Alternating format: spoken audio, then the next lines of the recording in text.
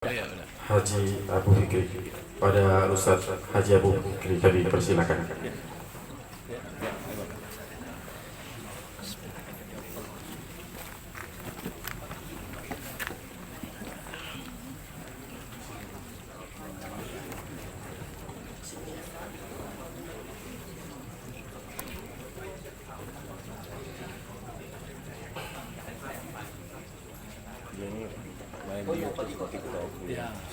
Lagi kau nak belajar konsen ya.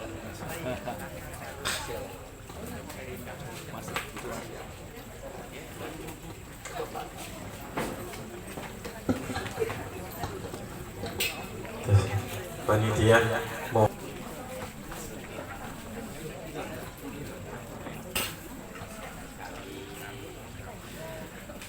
Assalamualaikum warahmatullahi wabarakatuh.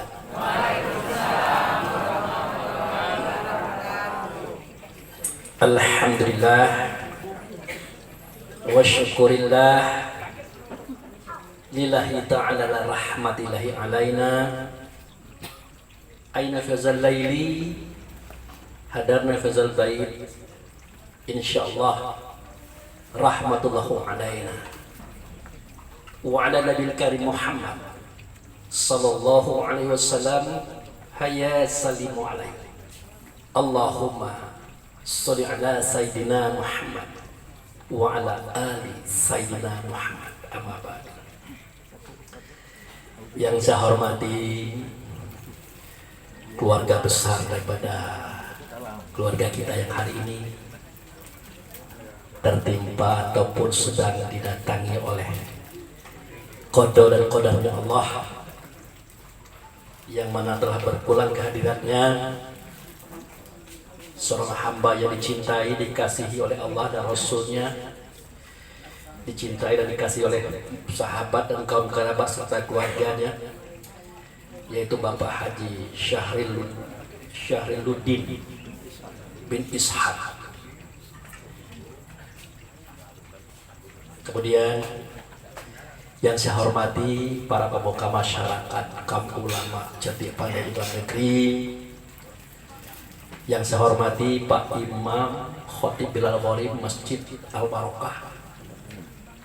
Tak lupa juga yang saya hormati bapak-bapak, ibu-ibu, saudara-saudara yang berhadir pada malam hari ini.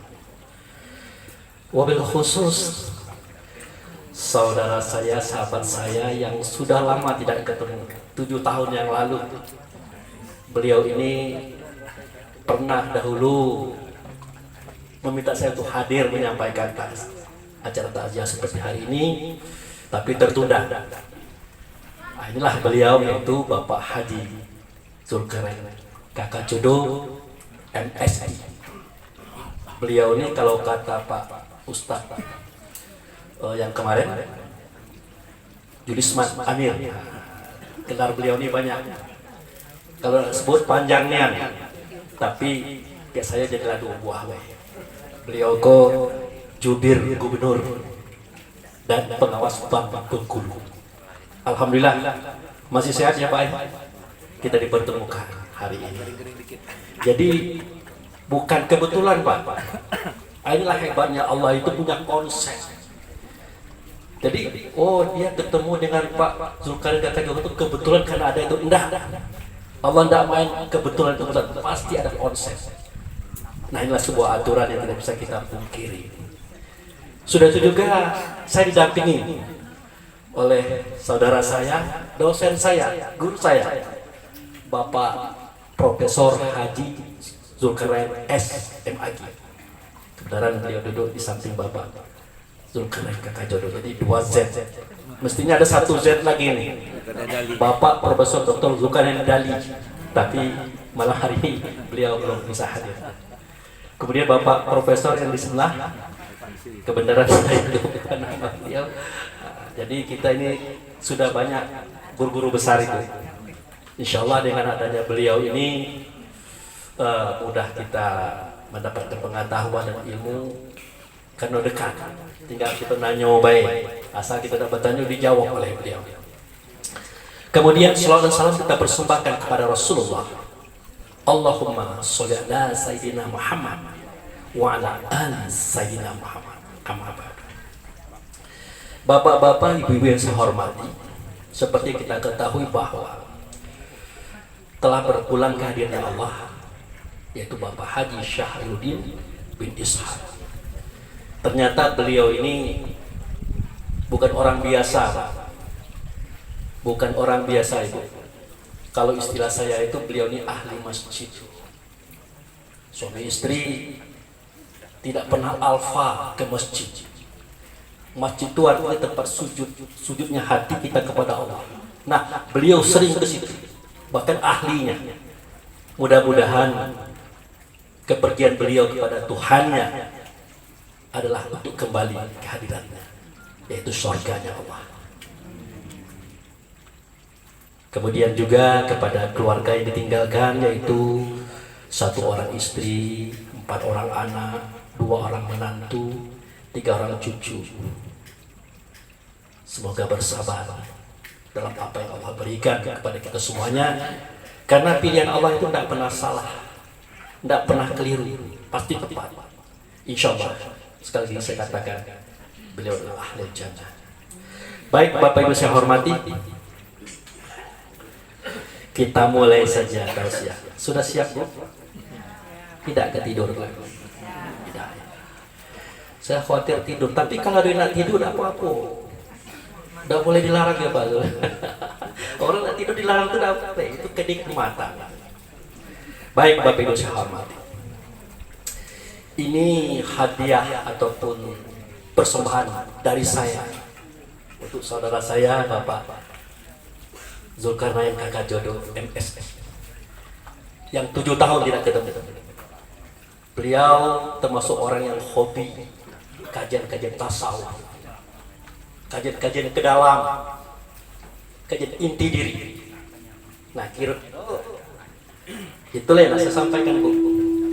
Tapi kita modif menjadi suatu kajian yang sederhana, sehingga dapat ditangkap dan dipahami oleh kita yang banyak. Baik Bapak Ibu yang saya hormati, di dalam surat Ad-Dahri ayat 1. Nah, ini Qori kita tadi Pak Qori. Pak Qori masih ingat tuh surat Ad-Dahri ayat 1? Al-Insan, surat Al-Insan.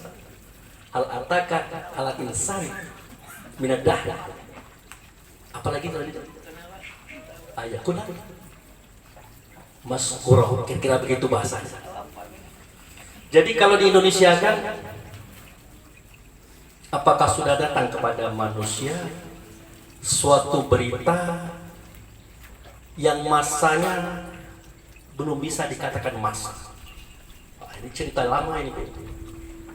Apakah sudah datang kepada manusia yang kisahnya pada masa yang belum bisa disebut dengan masa? Artinya kalau bahasa Gitonya, matahari belum ada. Karena matahari ini menentukan masa 1 hari. Bulan belum ada. Karena bulan ini menentukan masa 1 bulan. Langit dan bumi beserta isinya belum ada. Karena itu untuk menentukan waktu pertapa. Jadi memang belum ada sama sekali. Yang ada cuman 1 saja, yaitu Allah Subhanahu wa Ta'ala. Nah, inilah yang akan kita sampaikan untuk membedah kalimat yang berbunyi innalillahi wa inna ilaihi raji'un yang tadi dibaca oleh qori kita. Bapak-bapak, ibu yang saya hormati, saya teringat pesannya Rasulullah. Ungkapan beliau itu sebenarnya menusuk. Apa bunyinya? Adinu wal aklu ladinu liman ma'aklalah. Nabi ini kalau ngomong lembut Pak, tapi kalau direnungkan tajam. Agama itu adalah akal. Tidak ada agama bagi yang tidak punya akalnya. Lah iyalah Pak Ustaz, yang beragama itu tentu yang ada akalnya. Itu kata gitu. Tapi setelah kita kupas kulit daripada hadis ini, maknanya sangat tajam. Apa maknanya? Agama itu adalah akal. Tidak ada agama bagi orang yang tidak menggunakan akalnya untuk agama. Nah itu dia. Jadi ini kerja berat. Inilah kerja ulama, kerja ustaz. Nah tugas jamaah mendengarkan. Mudah-mudahan kita terlepas daripada pernyataan tadi. Begitu. Nah, kemudian ada apa dengan akal? Jadi pada surat Ali Imran ayat 4 dijelaskan itu, min qablu hudal linnasi wa anzalal furqan. Sebelum saya menurunkan petunjuk bagi manusia berupa kitab Taurat kepada Musa, Zabur kepada Daud, Injil kepada Isa, Al-Quran kepada Rasulullah, terlebih dahulu saya telah kirimkan kepada kamu itu Furqan. Apa itu Furqan? Sesuatu yang mampu membedakan yang baik dan yang buruk, yang halal dan yang haram, yang patut dan tidak patut. Itulah akal. Nah, akal kita inilah alat untuk mendeteksi Quran, Injil, Zabur, Taurat. Dan akal kita inilah digunakan untuk mengkaji kitab Quran, kata per kata, berkali-kali. Termasuk ungkapan tadi yang dibacakan, innalillahi wa inna lillahi wa inna ilaihi raji'un. Jadi ini sering kita dengar, kami datang daripada Allah, akan kembali kepada Allah. Jadi sekali-kali kita tanya, Ibu, apa itu kami? Siapa kami?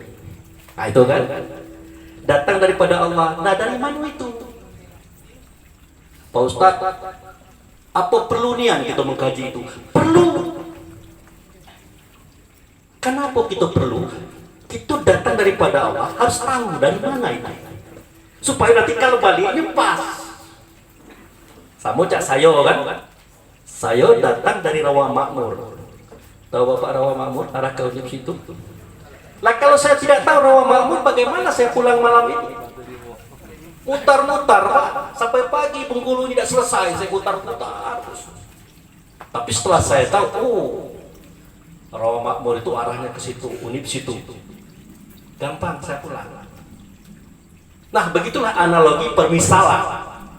Kalau kita tidak tahu dari Allah tempat kita berasal itu, kalau kita tidak tahu, mutar-mutar.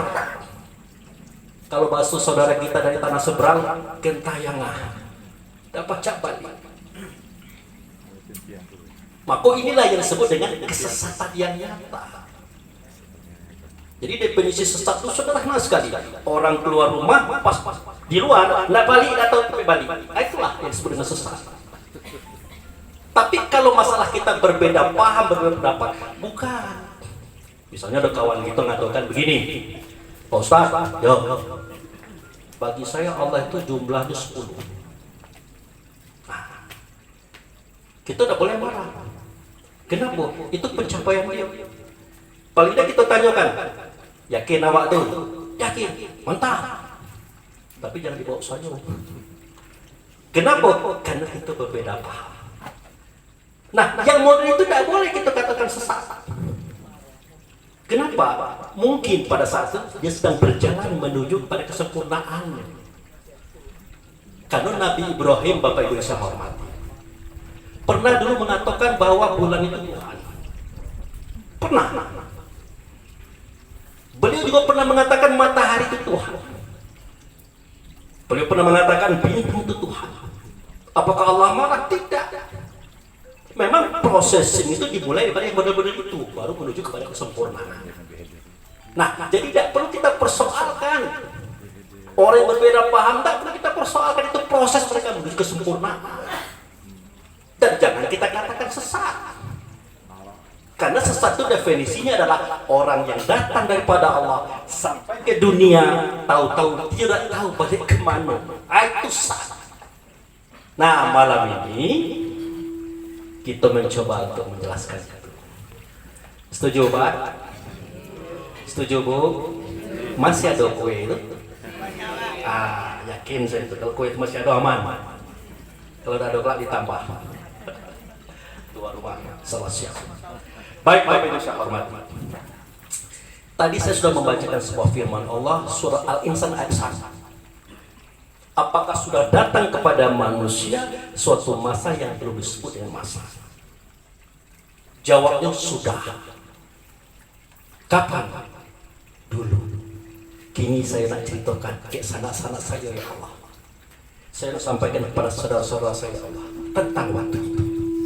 Nah, Bapak Ibu saya hormati. Ada 3 era ketuhanan yang perlu kita ketahui. Pertama, era La ilaha illallah. Nah, itu. Apa artinya Pak Ustaz? La ilaha illallah. Itu artinya adalah tidak ada zat, tidak ada sifat, tidak ada nama, tidak ada perbuatan kecuali Allah lah. Jadi pada waktu itu kalau ada zat pasti Allah. Kalau ada sifat, pasti Allah. Kalau ada nama, pasti Allah. Kalau ada perbuatan, pasti Allah. Itulah makna La ilaha illallah versi ilmu tasawuf. Nah, waktu itu hanya Allah sendirian. Allah sendirian, belum ada yang lain. Makanya Allah berkata, kuntu khazan mufiya fa'tu khalaqa khalqun fa bihi ta'arafun. Aku ini bendahara tersembunyi. Aku ingin dikenal. Maka aku ciptakan makhluk. Dengan dia makhluk itu mengenal aku. Siapa dia yang Allah maksud pada kalimat ini? Yaitu sifat Allah. Tadi la ilaha illallah, tidak ada zat, tidak ada sifat, tidak ada nama, tidak ada perbuatan kecuali Allah. Hari ini Allah munculkan sifatnya. Nah, itulah dia Muhammad Rasulullah, utusan Allah, wujud serta Allah yang hadir di depan kita. Maka berubahlah era tadi dari la ilaha illallah menjadi la ilaha illallah Muhammadur Rasulullah. Nah, aduh itu. Timbul pertanyaan, kenapa Allah harus mengadakan Muhammad terlebih dahulu sebelum yang lain-lainnya? Nah, sebelum saya menjelaskan ini, perlu bapak-bapak ibu pahami bahwa Muhammad itu namanya banyak, bukan Muhammad baik. Mulai daripada alif, amin, alif lamim, hamdu, alhamdulillah, alhamdulillahirabbil alamin, Ahmad baru Muhammad. Dan setiap nama itu punya dimensi, punya masa, punya zaman. Jadi jangan coba-coba kita berbicara tentang nama Muhammad seketika bernama Alhamdulillah, tapi mindset kita masih mengingat beliau adalah anak Abdullah, anak Aminah, pengingun kambing, macam-macam. Dan nyambung ceritanya. Harus kita paham. Nah, setelah kita paham itu, barulah kita bisa masuk pada kajian yang saya sudah mulai tadi. Maka berkatalah Allah kepada Rasul, berkatalah Rasul kepada sahabat, ditulis oleh sahabat sampai kepada kita hari ini. Apa bunyinya? Khalaqtal asya li ajlika wa khalaqtaka li ajli. Aku jadikan segala sesuatu hai Muhammad daripada engkau.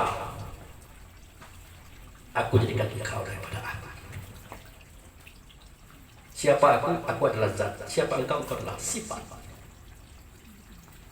Nah, Muhammad inilah asal atau awal penciptaan segala sesuatu.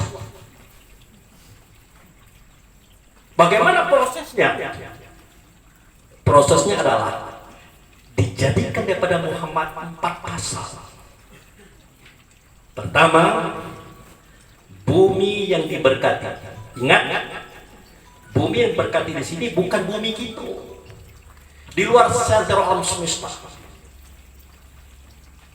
Yang kedua yang dijadikan daripada Muhammad adalah aras di bumi atau Baitullah Hakikat. Yang ketiga yang dijadikan daripada Muhammad adalah surga neraka. Yang keempat mukmin. Nah, itu dia. Jadi 4 pasal yang Allah jadikan kepada Muhammad. Pertama, bumi yang diberkati, aras di bumi, surga neraka, mukmin. Nah, itu dia. Jadi bumi yang diberkati, aras di bumi, surga neraka, mukmin, semuanya adalah nur Muhammad. Muhammad adalah nurnya Allah. Jadi dek-beradik kita itu, negeri yang diberkati, aras di bumi, surga neraka, mukmin, itu dek-beradik kita, satu asal kita. Nah, nur ini yang bernama mukmin ini nanti akan dibawa oleh Allah melalui Muhammad ke dalam Baitullah atau aras tadi. Ke dalam Baitullah atau aras tadi. Nah, disitulah kejadian yang tertulis pada surat Al-A'raf ayat 172. Apa bunyinya? Pak Ustaz masih ingat Al-A'raf 172? Wa iz akaza rabbuka min bani Adam min zuhurihim zuriyatan wa asyhadu ala anfusihim alastu bi rabbikum. Ingat, seketika aku kumpulkan semua ruh anak Adam, aku tanyakan kepada mereka satu persatu, alastu bi rabbikum, adakah tidak aku ini dengan Tuhan kamu? Adakah tidak aku ini Tuhan kamu? Karena ruh tadi melihat, nur tadi melihat, mukmin tadi melihat, dan dia pun mendengarkan suara itu, berhadapan langsung dengan aku yang dengan Tuhan tadi. Otomatis dia menjawab, bala syahidnya. Benar kami menyaksikan kalau engkau adalah dengan Tuhan kami. Siapa engkau yang dengan Tuhan? Siapa aku yang dengan Tuhan? Itulah Muhammad. Muhammad itulah yang ngomong itu. Nah, setelah mereka para ruh tadi, para nur tadi, para mukmin tadi menyatakan kata itu, mereka sujud sambil berkata, asyhadu an la ilaha illallah wa asyhadu anna Muhammadar Rasulullah. Aku bersaksi tidak ada zat, tidak ada sifat, tidak ada nama, tidak ada perbuatan kecuali Allah lah dianya. Tetapi aku tidak melihat Allah. Aku tidak mendengarkan suara Allah. Aku tidak menghadapi Allah. Yang aku lihat, yang aku dengar, yang aku hadapi adalah utusannya, sifatnya, utus sertanya. Itulah Muhammad. Itu hanya saudara yang sudah alfa daripada pengetahuan kita selama ini. Nah, oleh karena tadi ruh tadi, nur tadi, mukmin tadi masih berbentuk cahaya, maka mulailah Allah tadi bekerja melalui Muhammad. Nah, nur tadi dimasukkannya ke dalam casing, ke dalam badan, yang badan itu terbuat dari cahaya. Itulah Jibril CS, Jibril, Mikail, Israel, Israfil, Raqib, Atid, Munkar, Nakir, Malik, dan seterusnya. Itu isi dalamnya adalah mukmin, isi dalamnya adalah nur, isi dalamnya adalah yang datang daripada Muhammad. Selesai. diambil lagi oleh Allah melalui Muhammad. Nur tadi dimasukkan ke dalam badan yang terbuat dari tanah. Nah itulah Adam, Idris, Nuh, Hud, Salih sampai Muhammad sampai ke kita. Jadi nur yang dalam diri kita, roh dalam diri kita sama dengan rohnya Jibril. Dek beradik. Nah, kemudian oleh Allah melalui Muhammad diambil lagi nur tadi, dimasukkan dalam casing dari api. Itulah bangsa Azal bin Janu ataupun jin. Ternyata Jibril kita dengan jin itu isi dalam sama. Dek beradik namun yang mukmin berasal pada Muhammad, Muhammad berasal pada Allah. Itu cerita awal. Itu level 1. Nah ini ada level lagi tuh Pak. Level 2-nya apa? Nah, diambil lagi nur tadi oleh Muhammad, dimasukkan ke dalam angin. Terciptalah reha atau roh reha. Diambil lagi nur Muhammad tadi, dimasukkan ke dalam air, terciptalah roh rahman. Diambil lagi nur tadi, dimasukkan ke tanah, terciptalah roh jasmani. Diambil lagi nur tadi, dimasukkan ke dalam api, terciptalah roh idafi. Itu level 2. Kemudian disatukan oleh Allah melalui Muhammad, angin, air, tanah, api itu diserut, dijadikan langit, dijadikan bumi, dijadikan isi alam semesta. Ternyata langit, bumi, isi alam semesta, danau, laut, sungai, hutan, hewan, tumbuh-tumbuhan, apa baik di dalam dirinya sama dengan yang ada di diri kita, Pak. Itulah saudara. Jadi jangan main-main kita dengan hewan, tumbuh-tumbuhan, air, apa baik. Tak baca di dalam itu ada yang sama dengan kita. Tapi ini tidak bisa diuraikan panjang Pak, karena kita acara takziah nanti sampai subuh lagi. Nah, balik ke cerita innalillahi wa inna ilaihi raji'un tadi. Kita datang daripada Allah, itu tadi dari dalam rumah tadi. Jadi asal kita itu dari Baitullah hakikat tadi di situ.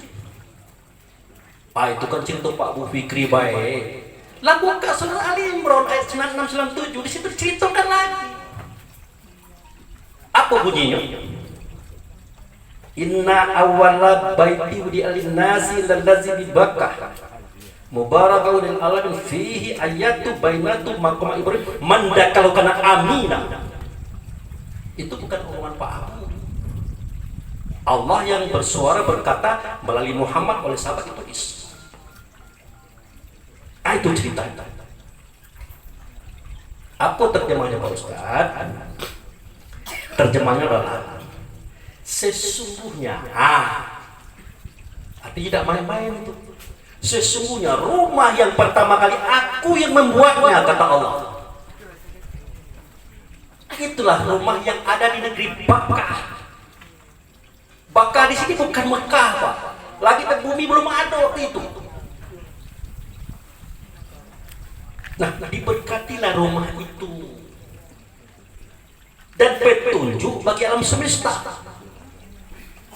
Di dalamnya ada ayat-ayat, diantaranya maqam Ibrahim. Mandakalau kana amin. Siapa yang masuk ke rumah itu aman dia. Aman dari azab neraka, aman dari gangguan iblis setan, aman daripada gangguan diri kita sendiri. Cak mana ceritanya itu Pak Ustaz? Nah ceritanya cerita rumah yang pertama kali aku membuatnya itulah Baitullah yang saya katakan tadi, aras di bumi tadi. Diberkati Pak, diberkati.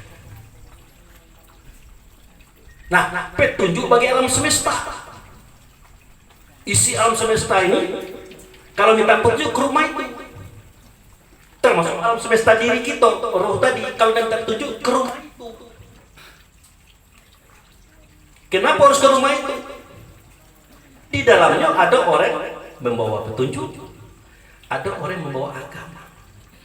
Siapa dia? Balik lagi Muhammad. Jadi jangan pernah kita berpikir Muhammad ini terakhir, bontot misalnya. Walaupun kisahnya ada, itu syariat. Hakikatnya beliau terdahulu dijadikan terzohirkan. Nah, jadi alam semesta kalau hendak petunjuk ke rumah itu. Kenapa?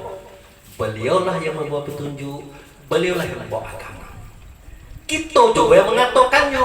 Wallazi arsala rasulahu bil huda wad dinil haq. Betul? Ada kita mengatakan itu? Ada surat As-Saff ayat 9 itu. Dia itu Allah. Dia itu Allah ngutus Rasul. Rasul ini bawa petunjuk, Rasul ini bawa agama. Artinya petunjuk dan agama tidak di Allah, ada di sini. Ada di Muhammad. Itu makanya kenapa isi alam semesta minta petunjuk ke dalam rumah itu. Karena di situ ada Muhammad. Dan itu pula alasannya kenapa Muhammad menjadi guru besar. Guru para rasul, para wali, para ulama. 124.313 rasul, nabi dan para wali, gurunya Muhammad, Bapak. Apa ya Pak Abu? Iya. Kita juga yang mengatakannya Syaidul Mursalin. Ada tak? Ada tak kita mengatakan Syaidul Mursalin?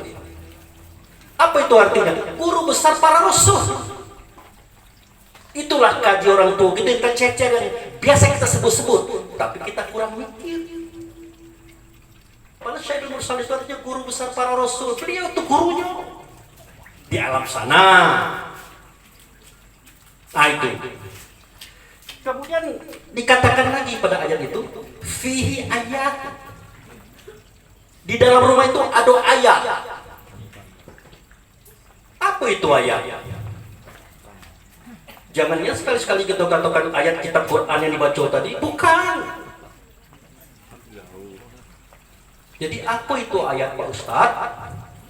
Nah, kita masuk ke surat Al-Baqarah ayat 1 dan 2. Kita ambil ayat 2 baik. Waktu Nabi berkata, Zalikal kitabu la raiba fihi hudalil muttaqin. Apa terjemahannya, Bu? Sedemikian itu kita tidak ada keraguan padanya, petunjuk bagi orang yang bertakwa. Coba kita tanyakan, kitab yang dimaksudkan di dalam ayat ini kitab apa? Kalau tidak baca-baca kita katakan kitab buku tadi, pasti kita katakan itu. Maaf Bapak Ibu, demonstrasi sedikit. Maaf Ustaz. Kalau tidak bisa-bisa, kita akan mengatakan kitab itu. Kalau tidak bisa-bisa ya, tapi kalau kita bisa tidak cek. Apa bunyinya? Bukan kitab ini Pak. Bukan kitab ini Bu. Nah, oleh karena itu sahabat bertanya, ya Rasulullah, mahwal kitab. Karena bukan kitab ini, ditanya oleh sahabat, mahwal kitab. Oleh Nabi dijawabnya, jawab sederhananya, Alkitabul Quran. Nah, kitab itu Quran. Dan baca-baca pasti kita ngomong ini lagi. Pasti. Jadi kata sahabat, guru besar yang tidak baca-baca, tidak baca tulis, tidak pernah bawa buku ini ngomong kitab, ngomong baca. Kata Ali bin Abi Thalib, tidak usah panjang-panjang tali kelambu, tanyakan langsung baik. Apa kitab itu, apa Quran itu? Akhirnya dijawab oleh beliau. Yang jawaban itu ada pada surat Al-Ankabut ayat 49. Bapak buka. Al-Ankabut ayat 49. Bukan. Apa kata Nabi? Bal huwa ayatun bainatun fi sudur. Alladzina utul ilmi wa man yajhadu bi ayatina zalim. Kitab itu Quran. Quran itu ayat dalam dada kamu. Dalam dada kamu itu ada ayat. Dia menyuarakan suara Allah, menyuarakan suara Rasul. Tidak ada yang mendustakan kecuali orang zalim. Ternyata ayat itu adalah ruh Bapak. Ruh kita, diri kita tuh ayat. Itu Pak Abu bikin-bikin baik. Lah kita kejar sejarah. Di zaman Nabi Muhammad, setiap turun wahyu itu ditulis ya pelepah kurma, batu-batu, kayu-kayu, tulang-tulang, kulit-kulit hewan. Akan begitu sejarah. Belum ada jus, belum ada namo sure, belum ada ayat, masih centang penang, masih centang penang. 2 tahun setelah Rasul wafat, Nabi wafat, maka waktu itu jabatan khalifah dipegang oleh Abu Bakar As-Siddiq. Waktu itu terjadi perang Yamamah, perperangan Abu Bakar As-Siddiq dengan orang-orang murtad, nabi-nabi palsu. Nah, dalam perang itu gugurlah 70 orang hafiz wahyu. 70 orang. Menjadikan Ali bin Abi Thalib khawatir. Apa kata Ali? Ngecek ke Umar, Mar, ya, kenapa? Perang kemarin 70 orang hafiz wahyu gugur. Aku khawatir. Yang kau khawatirkan apa, Wali? Kata Umar. Yang aku khawatirkan itu yang catatan wahyu yang tulang-tulang kayu-kayu itu, siapa penyusunnya, Bang? Jadi maksud kau apa? Maksud saya, malah kita buat jusnya, namu surenya, ayatnya. Woi, Pak Zulkarnain melotot Umar. Kau jangan macam-macam nih. Kau jangan coba-coba ngajak aku ngerjakan kerja yang tidak buat oleh Rasulullah. Nah itu dia. Kenapa? Intermezzo. Iklan ya soy. Jadi kata Umar, jangan coba-coba Yoli, kau ngajak saya membuat kerja yang tidak pernah dibuat oleh Rasul. Artinya Rasul tidak pernah nyusun juz, tidak pernah buat nama sure, tidak pernah buat ayat. Itu sahabat yang buat nyoba. Sahabat. Di sini saya titipkan sedikit pesan kepada kita yang berpegang pada hadis tentang fadilah membaca surat-surat. Ingat, ini bukan salah, tapi mengingatkan saja. Contoh, barang siapa yang membaca surat Yasin malam Jumat, barang siapa membaca surat Al-Waqi'ah, apalagi Al-Muluk, ini pahalanya sekian. Kata siapa? Kata Rasul. Itu perlu dipertanyakan. Apakah benar seperti itu? Ya, tinggal Bapak Ibu saja menilai. Nama surat belum ada, ya, juz belum ada, ayat belum ada. Berarti ada yang buatnya, tapi tidak aku. Amalkan saja ada pahalanya. Setidak-tidaknya kita paham hadis ini siapa yang buat. Itu maksud saya. Lanjut. Jadi kata Ali, Mar, kita kan baru kemarin ketemu Rasul, ya, 2 tahun yang lalu. Kalau kita mati, generasi berikutnya kan berkembang tuh, masalah hukum kan banyak. Lalu kemana mereka mencari dalil? Kalau tidak dibuat juz nama surat ayat tadi. Mikir Umar tadi. Juga udah. Akhirnya disetujui oleh Umar bin Khattab. Malah Ali, aku setuju. Kita buat juznya, nama surahnya ayat. Nah didatangilah Abu Bakar. Marah beliau tuh. Apakah kamu berdua ini, wahai Umar dan Ali, nak ngajak saya membuat pekerjaan yang tidak dibuat oleh Rasulullah? Diceritakan lagi. Ya juga. Sampai kepada Zaid bin Sabit, sekretaris Nabi, menjawab seperti itu. Nah, kenapa Pak Abu mengeluarkan kalimat ini? Supaya kita jangan gampang mengartikan bid'ah. Segala sesuatu yang tidak pernah dibuat oleh Nabi, kita buat bid'ah. Jangan gampang berkata-kata. Karena bid'ah itu definisinya adalah al-bid'ah itu dolalah, adalah finnar. Itu definisinya. Yang bid'ah itu yang sesek-sesek. Yang sesek-sesek itu masuk neraka. Jadi sesuatu yang tidak pernah dibuat oleh Nabi, kalau membawa kita sesat, itulah yang bid'ah. Tapi kalau tidak membawa kepada sesat, jangan dikatakan bid'ah. Bahkan ini bid'ah yang baik tidak boleh, karena bid'ah itu sesat nanti, neraka tuh. Maka kadang-kadang saya tuh gimana ya? Pak Abu, ya kenapa? Pak Abu kan, maaf ya, Pak Abu kan orang Muhammadiyah. Yo, kenapa? Baca yasinan, kenapa tahlilan, kenapa banyak kenapa? Saya bilang ya kenapa? Itu kan tidak pernah dibuat oleh Nabi. Tahlil juga begitu macam. Saya bilang bukan begitu. Kalau namun surat Yasin itu sudah ada, pasti Nabi mengatakan ini surat Yasin. Dan Nabi sering membaca itu, saya katakan. Sahabat sering membaca itu di jantung Quran, itu dikatakan Nabi seperti itu. Oh, tahlilan itu gimana itu? Saya tanya kepada beliau, Anda tahu apa itu tahlil? Yo, tahlil, bukunya ada apa? Tidak seperti itu.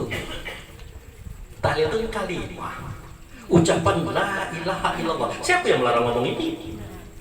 Oh, bukan itu Pak Abu, yang ada bukunya tuh nah. Kau nyimpan dah? Tidak ada, Mak. Nyimpan itu untuk apa? Nah, ada tahu. Bukunya tidak nyimpan tapi protes-protes. Ternyata setelah lihat Al-Fatihah, Qul huwallah, Qul a'udzu falaq, Qul a'udzu birabbin-nas, alif lam mim, ayat kursi, ada salawat, ada zikir, ada doa. Yang mana yang dari diajarkan Nabi? Tolong tunjukin ke saya. Tengok ini. Iya juga dah. Jadi kapan enggak paham. Jadi definisi daripada bid'ah itu segala sesuatu perbuatan yang tidak dibuat oleh Nabi membawa pada kesesatan, itulah bid'ah. Tapi segala sesuatu perbuatan yang baik yang tidak pernah dibuat oleh Nabi itu tidak bisa dikatakan bid'ah. Bahkan bid'ah yang baik pun tidak bisa. Termasuklah menyusun kitab Quran.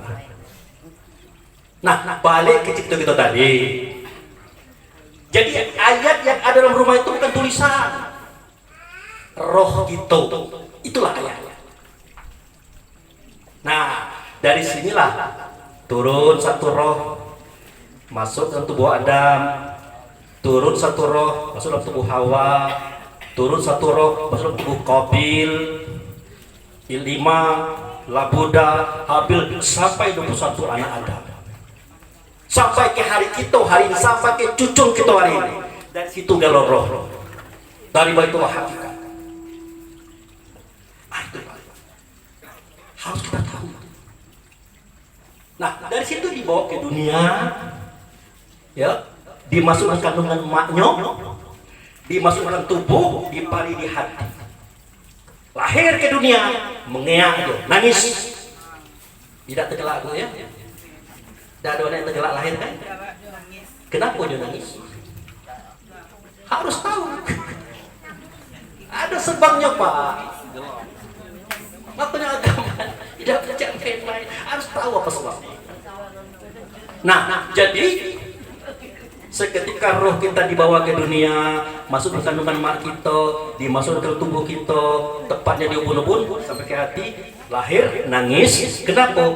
Dia lupa segala-galanya. Lupa 9 hal.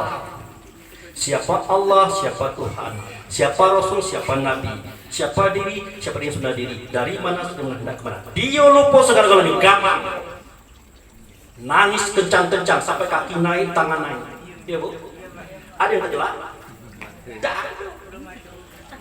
Kata Nabi, azankan sebelah kanan, komatkan sebelah kiri. Pas diazankan, dikomatkan, tenang anak tadi. Kenapa dia tenang? Ternyata di sini ada juga azan yo. Ternyata di sini ada juga iqamat yo. Kenapa? Azan dan iqamat bermula dari Baitullah. Cerita Bilal itu sudah syariat, sudah di akhir cerita itu. Rupanya Allah dan Rasul memanggil para ruh itu dengan azan, dengan iqamah, menyuruh mereka tuh berdiri. Makanya ruh bayi, pernah lihat bayi seperti itu? Setelah diazankan pasti mampu. Aduh juga ya. Nah, pas lahir ke dunia menangis. Makanya kata Rasulullah, kelak kalau anak kamu lah mulai besar, umur 7 tahun, ajarkan dia sholat. Ya, geraknya 7 ke 8 geraknya, 8 ke 9 bacaannya, 9 ke 10 terjemahannya. Ajarkan ya. Tapi karena sholat ini rutinitas orang Islam dianggap remeh, dianggap gampang. Sholat itu artinya menghubungkan diri kita kepada Tuhan. Sholat itu artinya melatih kita balik kepada Tuhan. Itulah sholat. Pernahkah kita sadari siapakah yang azan itu? Oh, yang azan itu Bilal kami, Pak Ustaz. Tanya lagi, siapakah yang azan itu? Itu muazin kami yang Pak Ustaz. Kata Allah, tidak cari itu. Kata Nabi, tidak cari itu. Jadi cak mana? Buka surat Al-Anfal ayat 20. Nah, jadi kalau ceramah itu harus ada dalilnya Pak ya. Apa bunyinya? Ya ayyuhallazina amanu. Itu ruh panggilannya. Atiullah wa ati Rasul wala tulu anhu wa antum tasma'un. Taati Allah, taati Rasul. Jangan kamu berpaling dari suara Allah dan Rasul sedangkan kamu mendengarnya. Cak mana udah dengar, rumah di sebelah masjid, toa kencangnya. Tapi apa yang kita lakukan? Sombong Pak. Itu disombong. Allah dan Rasul memanggil kita. Apa yang kita lakukan? Yang main HP juga. Yo.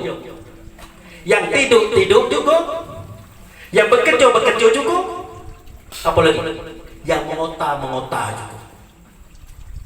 Cuek.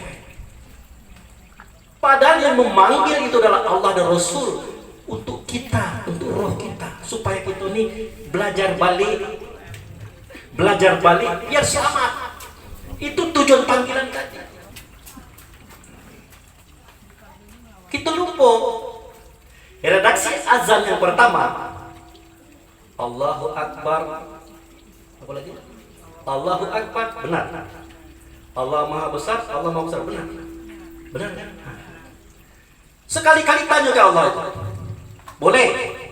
Ya Allah, ya, kenapa? Allahu Akbar itu pengertiannya Allah Maha Besar. Yo, kini kalian nanya, apa itu kebesaran? Mana kebesaran? Di mana sekarang? Kata Allah, nggak niat kamu jawab. Yo, dijawab oleh Allah. Summa sawahu wa nafakhu fihi min ruhi wa ja'ala mustam'a wal absar wal afidah qalilan ma tashkurun. Kebesaranku itu adalah seketika aku tiupkan di dalam tubuhmu. Sebab tubuhmu berusia 14-10 hari. Apa yang terjadi? Yang tadi tubuhmu itu sudah punya telinga belum baca dengar. Setelah masuknya kebesaranku itu nyo baca dengar. Yang tadi tubuhmu sudah punya mata belum baca nengok. Setelah masuknya kebesaranku itu nyo baca nengok. Yang tadi kebesaran tubuhmu itu sudah punya hati belum bisa merasa. Dengan ku masuknya kebesaranku dia baca merasa. Kalau boleh ditambahkan, yang tadi otakmu sudah ada belum bisa berpikir, dengan masuknya kebesaranku maka dia bisa berpikir. Apa kesimpulannya? Dengan pendengaran, penglihatan, perasaan, pemikiran kita bekerja. Dengan bekerja dapat piti, ya Bu. Dengan piti jadi orang kaya, ya Pak. Dengan kaya jadi orang berpangkat, betul Bu. Dengan pangkat jadi orang besar. Tahu orang besar? Kalau naik mobil dibukakan pintu. Nah duduk disilakan duduk. Itu orang besar. Contohnya presiden, menteri, gubernur, bupati, wali kota, camat, lurah, RT, maksud itu. Jadi orang besar.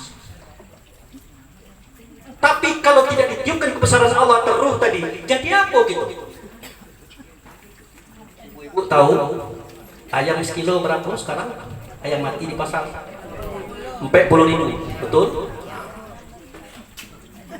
Jadi Bapak Ibu saya hormati, ada seorang jenderal bintang 5, badannya besar tinggi, ganteng, putih, titik banyak atau banyak, beratnya 300 kilo, angka baca itu. Oh, tidak nyo. Bu, ambil aku gratis pe, 300 kilo dong. Enggak. Enggak, Bapak. Layang sekilo nyampe 10.000, ikut 300 kilo enggak laku. Tidak ada apa-apanya Pak. Nah presiden pun tidak ada gunanya sama sekali. Jangankan ibu-ibu, bapak-bapak, keluarganya beda lagi. Mundar-mandir lah ibu tadi, mundar-mandir. Lah Bu, kenapa mundar-mandir Bu? Saya udah nyari Pak Imam, mana Pak Imam tuh? Lah ikut Pak Imam. Ngapa Bu? Kan disuruh cepet kuburkan. Ngapa Bu? Apa kok cepet kubur? Terdengar ke anaknya, Bu, lalu, suka lupa. Ngapa nak? Cak mano usul saya. Coba ibu kayak bapak tuh tidur dulu 3 hari 3 malam sekamar. Ibu kan pernah ngomong berjanji hidup semati. Oh jangan nak, antu itu. Tidak endah lagi. Bini yang dicintai tidak sekamar kayak gitu lagi, termasuk kita juga tidak sekamar kayak bini gitu lagi. Kalau dia sudah tidak punya roh, terbuang Pak, bangkai. Nah ini membuktikan bahwa roh itu kebesaran Allah. Ya kan? Oh, waktu gadis dulu enggak kayak bapak kan apa? Kan ganteng. Nah, duit nomor 2, ganti dulu. Pak, enggak kayak ibu waktu itu kan apa? Cantik. Padahal nak cantik cak manonian, nak cantik cak manonian, kalau rohnya udah ada, enggak ibu? Enggak bapak? Ternyata roh inilah kebesaran Allah yang kita damba-dambakan, yang kita cintai kasih sayangnya terhadap suami dan istri kita. Itu membuktikan. Dapat cek kita ngomong Allah Akbar, tapi kita tidak bisa membuktikan. Bisa. Makanya agama kita tidak laku. Dapat cek dibuktikan kayak itu. Tapi kalau dibuka, ini agama. Oh iya ini agama.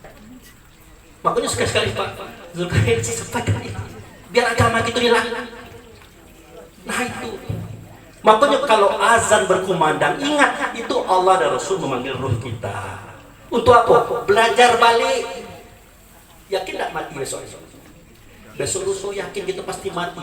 Cara balik cak mano. Nah itu diajarkan oleh Allah dan Rasul. Berbeda daripada sholat tadi. Kami sholat Pak, kami semayang, taat, ke masjid terus. Betul. Tapi pernahkah kita pertanyakan sholat dan semayang itu tidak sambung? Saya khawatir lah kita ini baru semayang belum sholat. Ya Bu, berwudu, tukar baju, gamis, topi, harum-haruman, ke masjid, tegak, rukuk, kita sujud duduk, baca akbar, Allah Akbar sampai salam. Kita kira lah sholat. Awak baru semayang. Kenapa saya katakan seperti itu? Kita tidak usah dua orang. Rasakan sendiri. Seketika kita mengucapkan Allahu Akbar, pertanyaannya kemana kita waktu itu? Ngurus arisan, ke pasar cari makanan untuk arisan kelak, sate, lotek, pelontok. Dalam sholat membahas itu. Bapak-bapak itu cukup. Allahu Akbar. Kelak mancing pulau bayi, kelak umpan yang pandai apa? Telur kerunggu atau apa? Bahas telur kerunggu. Artinya lah ketahuan tidak sampai ke Tuhan ini, tidak sampai. Kalau kita mati dalam posisi seperti ini, apa yang terjadi? Tak jadi latihan, kalah tuh lah Pak. Nah makanya malam ini saya mencoba menyampaikan. Setuju Bu? Setuju Pak? Tapi agak lama dikit kok. Dikit bayar, sepanjang-panjangnya. Jadi Bapak Ibu saya hormati. As-salatu mirajul mukmin. Salat itu adalah saat naiknya mukmin kepada Tuhan. Mukmin itu adalah roh. Arti yang salat itu adalah roh kita, rasa kita, kesadaran kita. Itu. Woi Pak Ustadz, tadi kan belum dijelaskan perbedaan salat dengan sembahyang. Oke, tidak apa-apa. Buka surat Toha ayat 14. Innani anallah la ilaha illa ana fa'budni wa qimis shalah li zikri. Sesungguhnya aku ini adalah Allah, tidak ada Tuhan, akulah dianya. Oleh karena itu sembahyanglah kepadaku dan dirikan sholat. Nah, kan beda ya. Sembahyanglah kepadaku dan dirikan sholat, kan beda ya. Nah, sembahyang itu adalah aktivitas kehidupan yang mencerminkan sholat itu sendiri. Nah, kalau sholat tidak ada, bagaimana kita bisa mencerminkannya? Makanya kita banyak merangai. Tahu merangai itu? Sahadat bagus, sholat mantap, puasa rajin, sedekah banyak, haji berkali-kali, umrah berkali-kali, tapi mulut kasar juga. Ya kan? Iri dikiki orang laju juga. Tidak mencerminkan sholat. Karena apa? Karena kita baru sembahyang. Karena sholat itu adalah hubungan ruh kita kepada Tuhan yang betul rasa, ingatan dan kesadaran. Nah, ditunjukkan oleh Allah Subhanahu wa taala, wa min haitsu kharajata fawali wajhaka syatrul haram. Dari mana baik kamu keluar, dimanapun kamu berada, hadaplah wajahmu ke Masjidil Haram. Nah, kenapa ke Masjidil Haram? Kenapa? Karena di situ ada Ka'bah. Ka'bah ini adalah tanda Baitullah. Sebenarnya kita kalau nak sholat di situ ke Baitullah tadi, tapi tidak mungkin kita lalu lupa di mana tempatnya. Tahu juga ada kepacak ke situ. Lagi ke planet Mars saja belum berhasil sampai kini maka nak ke situ tidak mungkin. Makanya negeri Makkah dijadikan Mekah oleh Allah. Baitullah dijadikan Ka'bah oleh Allah. Di situ ada makam Ibrahim, di sini ada makam Ibrahim. Jadilah ini syariatnya. Nah, meskipun itu syariat, karena sholat itu adalah mengingat, yang diingat adalah lokasi itu. Lokasi itu. Dari mana kamu datang, dimanapun kamu berada, hadaplah wajahmu. Wajah yang mana? Bukan wajah tubuh. Bukan wajah tubuh ini, wajah diri kita, ingatan. Wajah tubuh ini boleh kemana-mana, Pak. Boleh. Coba naik pesawat naik mobil, tidak mungkin mutar-mutar. Kenapa mutar-mutar? Ka'bah situ, mutar. Nanggung kita sholat. Wajah ruh itu adalah ingatan, jangan kemana-mana. Nah, bawalah ke Masjidil Haram. Sampai situ, falyabudu rabb hadzal bait. Kau sembah Tuhan di rumah ini. Nah, ditujulah Ka'bah. Prakteknya, fatakhizu min maqama Ibrahim shalah. Di depan Ka'bah ada makam Ibrahim. Nah, ambil ada di sini boleh, di situ boleh, di samping boleh, di sini boleh. Jangan kemana-mana lagi, kata Allah. Jangan kemana-mana lagi, kata Rasul. Disitulah kamu berdiri, ruku, itulah sujud. Disitulah kamu baca takbir sampai salam. Itulah cara mati yang baik. Itu. Kok begitu, Pak Ustaz? Iya. Tadi kalau saya sampaikan, roh dan Baitullah dimaksud ke dunia. Tahukah kita di manakah pintu antara dunia dan akhirat? Pintu zahir dan batin. Tahukah kita di mana? Letaknya setentang Ka'bah, tepatnya di Hajar Aswad. Di situ. Tidak satu pun roh anak ibu yang lahir dari ibu kandung hari ini semuanya lewat Hajar Aswad. Makanya kita disuruh ngadep ke situ. Itulah pintu kita datang, itulah pintu kita balik. Tidak mungkin, ini pintu rumah kita balik dari sini, pas balik lewat dapur. Ngapain? Ini pintunya ada. Itulah ditunjukkan oleh Allah Rasul, rahasia di situ. Hajar Aswad. Kalau ibu-ibu haji, umroh, kalau bisa ciumlah batu itu. Cium. Tidak bisa, cukup begini saja. Betul? Bismillah, bismillah, bismillah, tawakkaltu Allah, bismillah, Allahu Akbar, Allahu Akbar. Betul begitu? Kalau dapat ciumnya kan? Makanya bapak-bapak ibu-ibu, kalau orang sudah sholat, apa yang terjadi? Assalamualaikum kanan, assalamualaikum kiri, kemudian itu dia ngelap muka. Sebenarnya bukan ngelap muka bapak ibu, ini mencium. Kenapa? Sebenarnya sudah assalamualaikum kanan, assalamualaikum kiri, kita kociko sebenarnya. Bismillah, bismillah, bismillah, tawakkaltu Allah, bismillah. Nah, tempelnya baru kita cium. Cuma tidak lemah kata orang tua. Ustaz tuh apa? Tangannya naik-naik. Itulah sebabnya kenapa kita mengelap muka itu. Itu sebenarnya ceritanya. Secara syariat tubuh kita di masjid, di rumah, di kantor, tapi hakikatnya kita di depan Ka'bah tadi. Inilah kita beristilah. Jangan kemana-mana lagi kita. Nah itulah sholat yang khusyuk. Itulah sholat yang diajarkan oleh Allah dan Rasul. Jangan kemana-mana. Itulah latihan balik. Kelak Israel datang. Abu Bakar, ya kenapa? Ambo kini kok nak cabut roh Hawa. Apa tadi? Nak cabut roh Hawa. Oh keliru situ. Bukan roh. Roh itu Tuhan yang menyukai bukan Hawa yang berjaga tidak kebaca. Jadi macam mana? Kamu tuh mencabut jiwa saya, bukan roh saya. Timbul pertanyaan, mana jiwa, mana roh? Nah, apa lagi kaji kita nih? Ya kan? Ibu pernah dengar 4 bulan 10 hari baru roh ditiup, betul? Tapi sebelum roh ditiup, tubuh itu sudah hidup, betul? Sudah hidup. Dari mana tubuh itu tercipta? Dari air sulbi, dari air mani. Itu kata Pak Abu Baik. Buka surah At-Tariq. Falyanzuril insanu mimma khuliqa mimma dafiq yakhruju min bain sulbi wa taraqib. Hendaklah manusia memikirkan. Hendaklah manusia memikirkan. Nyotu saya buat dari apa? Dari air mani. Ternyata air itu dipelajari oleh ahli kedokteran. Di dalamnya terdapat makhluk 3 juta ekor lebih, namanya spermatozoa. Kepala macam telur ayam, badannya panjang, ekornya campur. Itulah cikal bakal tubuh kita. Lain hidup itu. Waktu berkembang dalam rahim perempuan. Padahal roh belum ditiup. Itulah rahasia tidur kita malam. Kalau kita tidur malam, nafas masih ada, boleh kanan, boleh kiri, tapi kesadaran tidak ada. Kenapa? Yang hidup di badan kita, seketika kita tidur itulah jiwa. Kenapa tidak sadar? Roh keluar tubuh saat itu. Maka buka surat Az-Zumar 42. Allah menggenggam roh yang sudah mati. Allah menggenggam roh yang masih hidup. Menahan yang satu karena bangkai yang hancur di tanah, melepas yang satu karena bangkai yang tergolek di atas kasur.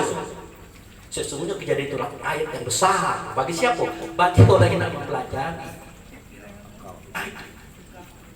Ini 10 SKS ini kalau di kampus.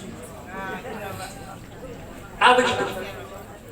Nah jadi mereka mau tadi, nah cabut jiwa gitu Bu, nah cabut jiwa gitu Pak, bukan cabut roh gitu. Nah roh inilah usahakan kalau dia sholatnya tadi, ya sholatnya tadi, insya Allah malaikat maut telah datang, jiwa itu cabut, itu dipersilakan keluar duluan, dipanggil oleh Allah. Ya ayuhan nafsul mutmainnah, wahai jiwa yang tenang, datanglah kepadaku dengan ridho dan ridhoi. Waktu itu roh keluar dengan otomatis disambut oleh malaikat, langsung dibawa ke Baitullah Hakikat lewat ajan aswata. Nah sudah tuh terserah malaikat mau mencabut gitu, bare-bare terserah, tidak terasa sakit lagi, tidak akan, karena yang merasa itu sudah tidak ada di tubuh. Itu yang dimaksud dengan khotbah Jumat. Yang bunyinya ya ayyuhallazina amanu ittaqullaha haqqa tuqatih wa la tamutunna illa wa antum muslimun. Hai jiwa yang tenang, wahai orang beriman, bertakwalah kamu dan tahu sebenarnya, jangan kamu mati, jangan malaikat mau datang kepada kamu sedangkan kamu belum sampai di negeri selamat. Jangan itu. Sarung. Nah, itulah kira-kira Bapak Ibu saya hormati, karena waktu telah panjang. Intinya adalah sholat seperti yang diajarkan tadi. Ambillah sebagai maqam Ibrahim depan Ka'bah tadi, jangan kemana-mana. Itu perintah. Kami tidak itu Pak Ustaz, kami tidak sebaca biasa. Boleh, tidak ada larangan. Tapi baca surat Al-Anfal 35. Wa makana sholat minal bait mutakal tasjih fasuku azab kutub takfur. Sholat mereka yang bukan di Baitullah sama kayak siul-siul baik. Suara bagus, bacaan bagus, makhraj bagus, sehingga nangis kalau jamaah dengan suara kita. Tapi kita tidak di sini. Kata Tuhan sama kayak bersiul-siul dan bertangan Allahu Akbar. Ujung-ujungnya fasuku azaba, kau rasakan azab. Dia azab. Kenapa? Bima kuntum takfur, karena kamu kafir. Nah, dikafir-kafirkan oleh Tuhan. Padahal kita sembahyang, padahal kita sholat. Nah, inilah kajian yang perlu kita pertimbangkan Bapak Ibu saudara. Jadi fasuku azaba itu maksudnya adalah rasakanlah azab karena penyakit hati kamu tidak dicabut. kamu iri, kamu dengki, macam-macam itu. Makanya wanazana ma fi sudurihim min ghillin tajri anhar, di tempat itu mengalir air di bawahnya Zam-Zam, di situ bercampur dengan hajam dada mereka. Tidak berpenyakit hati, tidak iri dengki, maka tidak penyakit badan. Karena dari hatilah maka badan itu sakit, dari hatilah maka badan itu rusak, maka itu penyakitan. Itu saja Bapak Ibu saya hormati. Ceramah kita terlalu panjang. Sebenarnya masih ada lagi, tapi biarlah dan kali baik. Jadi intinya Bapak Ibu saya hormati, kalau yakin kita nak meninggalkan dunia ini, yakin kembali kepada Allah, malah kita latihan balik. Latihannya itulah tadi, sholat tadi. Itulah latihan balik. Yang sholat belum tentu berhasil, apalagi tidak sholat sama sekali. Baik Bapak Ibu saya hormati, saya minta maaf terlalu panjang. Kita berdoa untuk orang tua kita.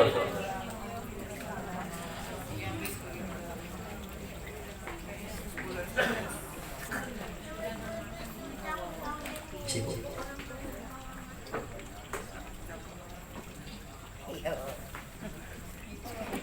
Atau Pak Zulkarnain jaga dodo, jangan tegak Ustaz duduk. Karena kiai-kiai kita duduk kalau berdoa.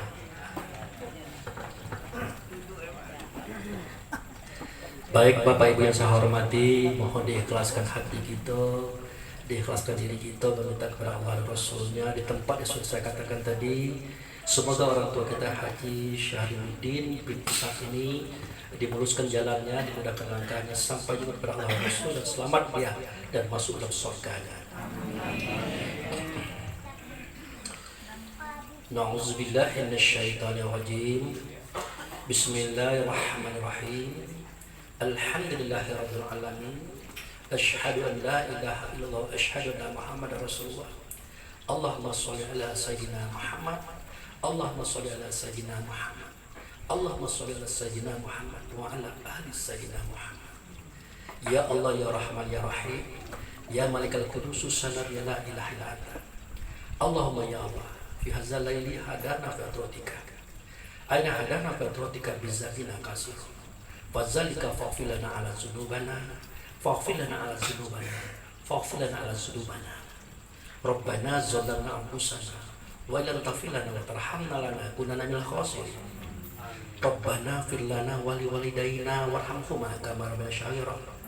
Allahumma ighfir lil mu'minin wal mu'minat, muslimin wal muslimat, al ahya' minhum wal amwat, wa bil khusus ikhwana ismuhu Haji Syahriuddin bin Ishaq.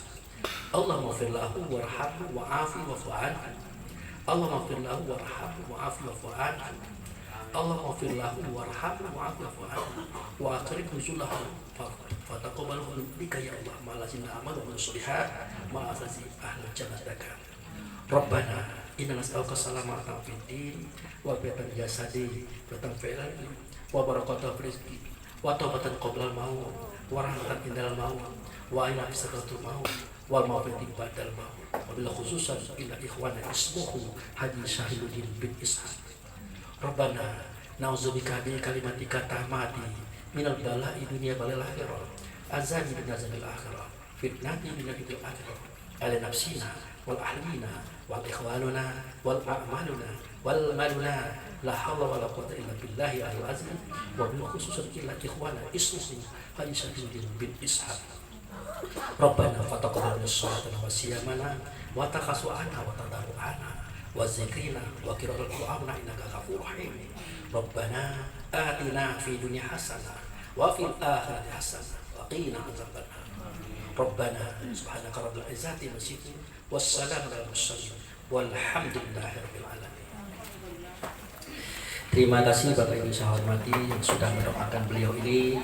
Semoga doa-doa kita akan dikabulkan oleh Allah dan sampaikan untuk beliau dan selamat adalah beliau.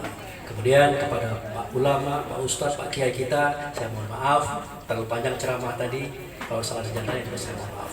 Wabillahi taufiq wal hidayah. Assalamualaikum warahmatullahi wabarakatuh.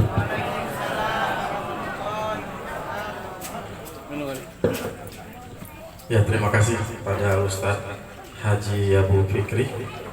Bapak Ibu sekalian, dengan berakhirnya